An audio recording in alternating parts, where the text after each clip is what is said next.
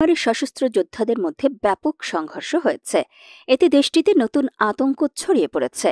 এ ঘটনার পর ভারতের মিজোরামে পালাতে শুরু করেছেন হাজার হাজার বাসিন্দা। মিজোরামের স্বরাষ্ট্রমন্ত্রী কে সাবডাঙ্গা অনুপ্রবেশের বিষয়টি নিশ্চিত করেন।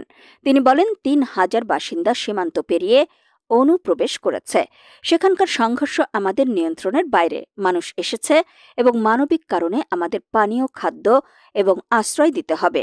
৭ জুলাই বার্তা সংস্থা রয়টার্সের এক প্রতিবেদনে এই তথ্য জানানো হয়।